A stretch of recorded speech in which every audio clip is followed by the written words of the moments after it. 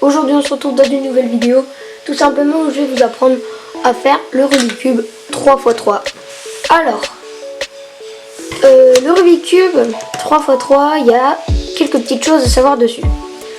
Déjà, les règles de base, il faut savoir que un centre a une couleur, une arête a 2 couleurs et un coin a 3 couleurs. Il faut savoir ça.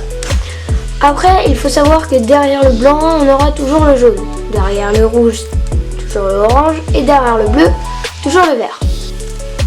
Ça, c'est quelque chose à savoir, mais bon, c'est pas ultra indispensable. Donc, sur le Rubik's Cube là aussi, quelque chose à savoir, il ne se fait pas face par face. Il va se faire étage par étage en fait. Moi, j'appelle ça des couronnes. Et en gros, on va faire la première couronne, tout l'étage du bas, la deuxième couronne, sans casser l'étage du bas, et la dernière. Donc, pour le faire, là, je vais utiliser la méthode débutant pour vous montrer. Et tout simplement, il va y avoir, pour certains algorithmes, des petites histoires, pour tout simplement bien les retenir. Première couronne, c'est parti. Alors de préférence, on va prendre la face blanche parce que en fait c'est plus un point de repère pour certaines personnes. Si vous n'êtes pas si vous savez pas faire sur toutes les couleurs d'un coup, ça va faire tous ces repères. Alors tout simplement le principe c'est de faire sa croix, mais sa croix plutôt parfaite. Ça veut dire que notre croix, on va la faire de manière à ce que ça tombe parfaitement. Alors il n'y a pas vraiment de technique, hein. Voilà, là on en a un, blanc et rouge. On va essayer de l'aligner avec le rouge et puis de le faire venir. Enfin, c'est pas compliqué à faire la croix, il y a zéro algorithme en fait, il faut juste avoir la petite logique pour le faire. Après la deuxième étape pour cette première couronne, déjà quand vous avez fait votre croix parfaite, ça veut dire que les arêtes ici sont avec exactement les bonnes couleurs, nous allons mettre nos coins. Par exemple, là, on a blanc, orange et vert. Donc, ce qu'on va faire, c'est que le blanc, orange, vert, on va essayer de le trouver où est-ce qu'il pourrait aller. Logiquement, il doit aller là. Parce que le blanc, il est là, le orange, il est là, le vert, il est là. Donc, blanc, orange, vert. Pour le mettre, vous allez voir que on utilise une technique. Ça s'appelle bas gauche haut droite. C'est pas compliqué. On fait bas gauche haut droite, bas gauche haut droite, bas gauche haut droite, bas gauche haut droite, bas gauche haut droite. Il est bon. Alors il va falloir le faire plusieurs fois quand même avant que ça arrive. Là, on en a un. C'est blanc, orange, bleu. Donc il va là. Blanc, orange, bleu. Il va ici. Donc, pour le mettre, nous allons mettre en dessous d'où il doit aller. Et nous allons faire bas, gauche, haut, droite. Et il faut le faire soit une fois, soit 2 fois, soit 3 fois, soit 4 fois. Maintenant, nous allons devoir mettre un autre coin, lui. Blanc, rouge, bleu. Il nous en reste 2 à mettre. Il va là. Blanc, bleu, rouge. Il va ici. Donc pour le mettre, on le met en dessous, hein, comme tout à l'heure. Et bas, gauche, haut, droite. Il s'est mis. Maintenant, nous devons mettre le tout dernier. Blanc, vert, rouge. Il va forcément aller là. Donc on le met en dessous de l'endroit où il doit aller. Bas, gauche, haut, droite. Et voilà. Votre première couronne elle est faite. Votre première couronne se fera, on va dire, sans aucun algorithme en fait.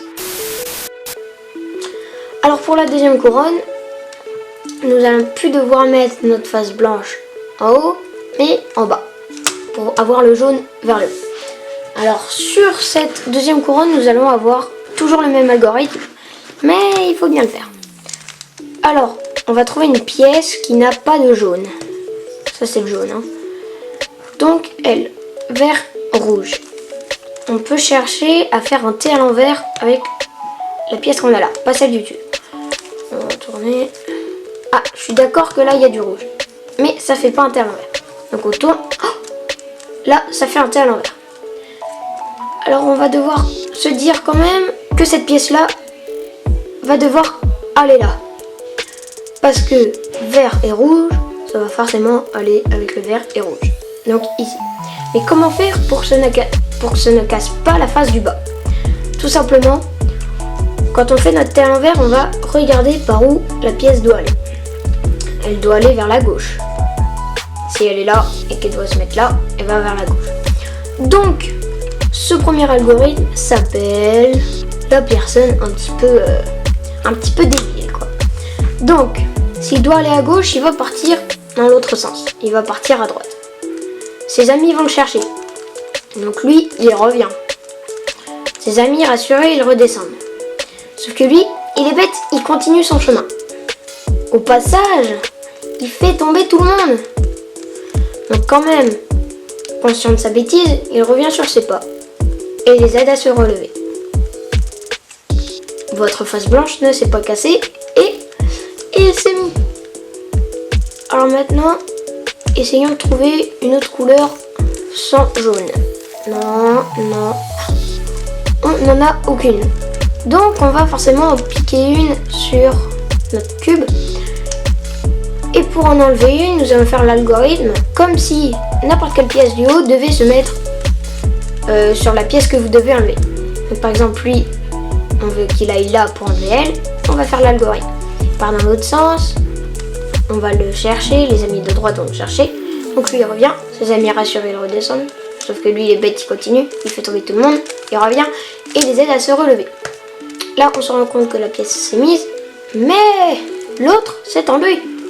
C'est quand même pas mal. Donc, nous allons faire notre T à l'envers. Et nous allons regarder dans quel sens il doit aller. Il doit aller toujours vers la gauche. Donc, monsieur un peu bébête, il va partir dans l'autre sens. Les amis vont le chercher. Donc lui, il revient. Ses amis rassurés, ils redescendent. Sauf que lui, il est un peu bête, il continue. Au passage, il fait tomber tout le monde.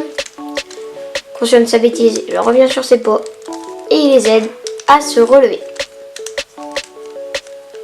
Nous avons mis notre pièce. Maintenant, nous allons essayer de trouver notre pièce au-dessus. Voilà. Tiens, nous avons fait notre T à l'envers. On regarde la pièce qui est au-dessus. Du orange. Le orange, il est à droite, non à gauche. Donc, on va faire l'algorithme au parallèle. Donc, nous allons prendre notre T à l'envers. Et s'il doit aller à droite, il va aller dans l'autre sens, à gauche. Donc ses amis vont le chercher. Lui, il revient. Ses amis rassurés, ils redescendent. Sauf que lui, il est bête, il continue. Et attention, n'allez pas trop vite, il fait tomber ses amis dans l'autre sens. Donc lui, conscient de sa bêtise, il revient. Et il les aide à se relever. Elle s'est mise, donc maintenant, dernière pièce. Elle doit aussi aller vers la droite. Voilà, on fait notre T à l'envers. On regarde la pièce qui est au-dessus du bleu. On regarde où est-ce qu'elle doit aller. Elle doit aller vers la droite. Donc, il va aller dans l'autre sens. Ses amis vont le chercher. Donc lui, il revient. Ses amis rassurés, ils redescendent. Sauf que lui, il est bête, il continue. Au passage, il fait tomber tout le monde. Il revient sur ses pas et les aide à se relever. Deuxième couronne. Faite quand même, c'est pas mal. Et si vous avez pas trop compris, n'hésitez pas à repasser. Ou bien, si vous n'arrivez pas à retenir, écrivez-le sur une petite feuille. Alors, donc on va passer à la dernière couronne quand même. Alors pour la dernière couronne, nous allons faire en 4 étapes. Faire notre croix, faire notre croix parfaite, mettre les coins au bon endroit et bien les orienter. Donc, pour ce faire, nous allons commencer par faire la croix. Vous avez 4 niveaux pour la croix. Soit vous avez juste un point, soit vous avez un petit L ou une petite virgule comme vous voulez, soit vous avez une barre, ou bien vous avez la croix déjà faite. Mais ça, c'est pour les chanceux. Alors, pour ce faire, Si vous avez que un point, c'est que vous êtes au tout début. Ça va vous prendre un peu plus de temps. Alors, nous allons prendre n'importe quelle face et nous allons faire l'algorithme de la lampe. Une lampe tombe, un homme la relève, il la remet à sa place, sauf qu'elle retombe. Donc lui, il revient sur ses pas et la relève de toutes ses forces. Vous pouvez vous rendre compte que vous avez le petit L, ça se forme. Donc le petit L, ne le mettez pas vraiment comme un L, mettez-le comme une virgule. Et quand ça vous arrive, mettez-le, vous prenez la face du bas, quand vous avez votre L comme ça, vous prenez la face qui est là. Et nous allons faire la lampe. Une lampe tombe, un homme la relève, il la remet à sa place, sauf qu'elle retombe, donc lui il revient, et il la relève de toutes ses forces. Vous pouvez vous rendre compte que nous sommes au 3e niveau. Nous avons la barre. Pour faire la barre, vous ne mettez pas la barre verticalement, mettez-la horizontalement. Alors, quand on la prend horizontalement, on prend notre face d'en bas et nous allons faire encore la lampe. Une lampe tombe, un homme la relève et la remet à sa place, sauf qu'elle retombe, donc lui il revient et il la relève de toutes ses forces. On peut se rendre compte qu'on a notre croix. C'est pas mal. Alors vous allez tourner votre croix jusqu'à ce que vous trouviez 2 arêtes bonnes à côté. Si vous en avez 2 opposées qui sont bonnes, quand vous tournez votre cube, et vous allez faire l'algorithme. Vous prenez vos 2 qui sont bonnes, vous les mettez sur le côté et vous prenez la face là et vous allez faire l'algorithme que je vais dire tout à l'heure. Donc on tourne. Non, on tourne encore. Ah, bleu, orange, elles sont parfaites. Donc nous allons prendre les 2 à échanger et nous allons prendre la face de gauche. Et là nous allons faire la chaise. Un homme se lève. Il part loin, loin. Sa chaise tombe. Donc il revient. Il la relève. Il va dessus et il s'assoit. Et là, vous tournez juste une fois et votre croix est parfaite. Mais si vous en avez 2 qui sont bons et les 2 opposés à échanger, vous faites une fois l'algorithme en mettant les 2 bons sur les côtés. Et après, vous allez vous rendre compte que si vous tournez votre face, vous allez forcément en avoir 2 à côté. Donc, maintenant, nous allons devoir placer les coins. Alors, vous allez trouver un coin qui est bon. Moi, j'en ai un. C'est le bleu, rouge, jaune. On est d'accord, il est mal orienté, mais il est bien. Bleu, rouge et jaune. Donc, nous allons bien le mettre sur notre droite et nous allons faire l'algorithme de Madame Curieuse. Alors on le met bien sur notre droite et l'algorithme, nous allons faire les amis de gauche montent, pardon. Madame Curieuse va leur dire bonjour. Les amis de droite montent, Madame Curieuse va leur dire bonjour. Les amis de gauche descendent, Madame Curieuse va leur dire au revoir. Les amis de droite descendent, Madame Curieuse va leur dire au revoir. Et là, tous vos coins sont bons. Mais parfois il faut juste faire l'algorithme 2 fois. Mais n'oubliez pas de mettre votre coin bon sur le côté. Alors on arrive à la dernière étape, c'est mettre les coins comme il faut. Alors là nous allons nous rendre compte quand même qu'on a eu de la chance parce qu'on en a eu 2 qui sont déjà faits. Mais il y en a parfois en faisant Madame Curieuse, le Rubik's Cube est déjà fini. Alors, quand vous avez 2 coins comme ça, nous n'allons pas faire la méthode pour aller un tout petit peu plus vite, nous allons faire tout simplement une méthode et un algorithme qui s'appelle le loup et le chaperon rouge. Alors, pour ce faire, nous allons prendre le coin qu'on doit mettre, mais ça peut être sur tous les coins. Le principe va être le même. Nous allons prendre sur la droite celui qu'on doit. En gros, c'est un bas gauche à droite, mais on va les intituler le loup et le chaperon rouge. Donc, le loup, c'est sur ce côté-là, le chaperon rouge, c'est sur le côté du bas. Entraînez-vous à taper avec vos doigts. Voilà. Alors, le loup descend, le chaperon rouge va se cacher, le loup remonte, le chaperon rouge revient. Le loup descend, le chaperon rouge va se cacher, le loup remonte, le chaperon rouge revient. N'ayez pas peur, vous avez cassé votre face du bas. Mais ne bougez rien sur votre cube, rien du tout. Mais n'oubliez pas de faire revenir le chaperon rouge. Maintenant, vous allez tourner votre face de devant, enfin du dessus, pour avoir votre coin que vous devez mettre comme il faut sur votre droite. Et là, nous allons faire, le loup descend, le chaperon rouge va se cacher, le loup remonte, le chaperon rouge revient. Le loup descend, le chaperon rouge va se cacher, le loup remonte, le chaperon rouge revient. Le loup descend, le chaperon rouge va se cacher, le loup remonte, le chaperon rouge revient.